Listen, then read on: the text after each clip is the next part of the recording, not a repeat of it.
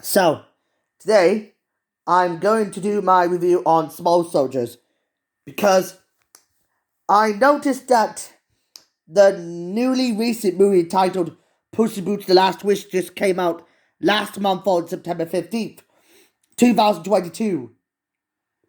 Because I noticed there's something ridiculous of what I could really see. There's something I could tell you that I coughed. But let's try and focus on the movie. As I noticed, now that the newly released Puss in Boots 2 has finally come to Madagascar, I'm ready to tell you the whole truth about the new movie. I know it will come out next year in my country. I'll save that for later. Now we're not going to waste any time and focus on Small Soldiers. Well, back in 1994, after Frank Wells died, former Disney employee Jeffrey Katzenberg conceived DreamWorks from the moment he met his new friends Steven Spielberg and David Geffen. From a result of this, their goal was to take down Disney by making fun of it. Similar to how the recently released DC League of Super Pets made fun of Marvel. However, their first animated movie wasn't really Antz at the time of its creation, as it soon revealed that Word of God mentions that. In reality, however, I've actually checked out that Small Soldiers was actually their first animated feature film ever made. That was released 2 months before Antz was.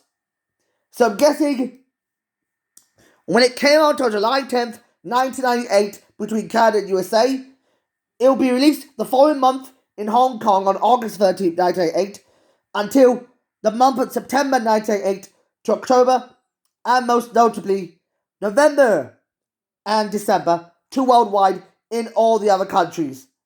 Now, let's focus on the plot. So, it all started when Alan Abernathy, voiced by Gregory Smith, and Christy Fimple, voiced by Kirsten Dunst, were 2 kids who discovered some sort of a toy shop where they are selling the Commando Elite toy line to life. However, the 2 characters, 2 of them being Archer and Chip Hazard, have a feuding rivalry towards each other, and they are separated for what they would do to each other. But just because Archer was mistaken as being a monster among his allies, as a result of this, Archer hires his comrades Slamfist, Scratchit, Insaniac, aka Troglocan, and also Puncher and Ocular. Even though all of them are here to take down their worst enemies, the Commando Elite. Although they're played by Frank Langella, Christopher Guest, Michael McKean, Harry Shearer, and also Jim Cummings. Now you might know him as Winnie the Pooh. And also, speaking of Word of God, I'd also love to mention that, Tommy Lee Jones, who was best known for Batman Forever as Two-Face, was Chip Hazard. George Kennedy was Brick Bazooka. Jim Brown was Butch Meathook. Ernest Borgnine was Kip Killigan from SpongeBob fame. Clint Walker was Nick Nitro. Sounds like a funny name. Bruce Dern was Link Static. And that's it. However, it's soon revealed as one of the characters, being Nick Nitro, attempts to kidnap Alan, but Alan gets away with him, only to realize that he had a freak accident and they had to find another plan to think of it. They kidnap the Wendigos, played by Sarah Michelle Gellar and Christina Ricci, that for some reason they created a new army to get revenge on Alan. However, they have no idea what they're gonna do. So Archer and his pals have to team up with Alan and put a stop to this mayhem. From what Hazard is plotting to get revenge on them. So, throughout their journey, they have to find their way, discover where they can find the true reason. But when he realizes that Erwin has discovered the X1000 chip, has the power to create a circuit of its own, according to an engineer, the software's programming would cause Hazard to summon an army of soldiers to kill them all. But as Alan is ambushed by the army, Christy swoops in using a lawnmower to destroy them all.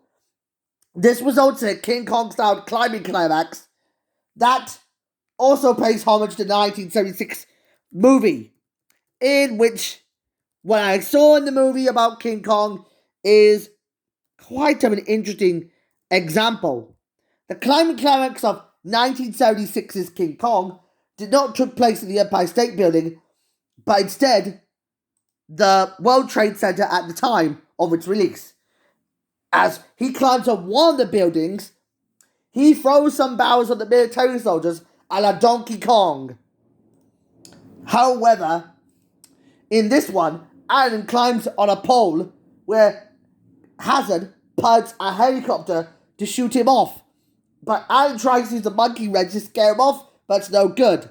But Archer somehow arrives as he manages to try and get to beat up, Hazard. But Hazard has the badger that makes him fall off.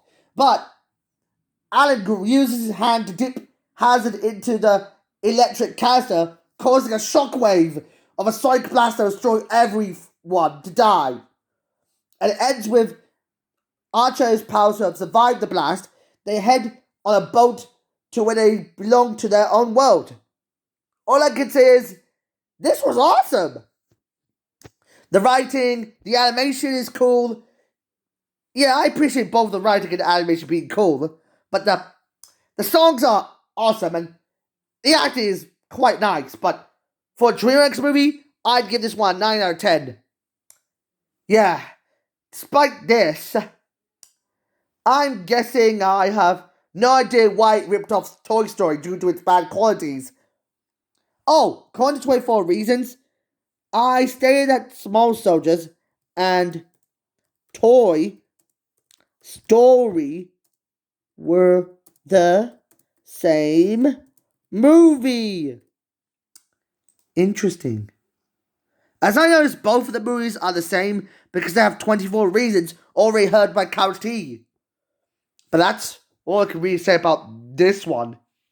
But imagine there was a crossover where the Toy Story characters met the Commanders and Gorgonites in Small Soilders would be awesome. I would love to see that happening. That's only in fan fiction. But it's really all I can say about this one.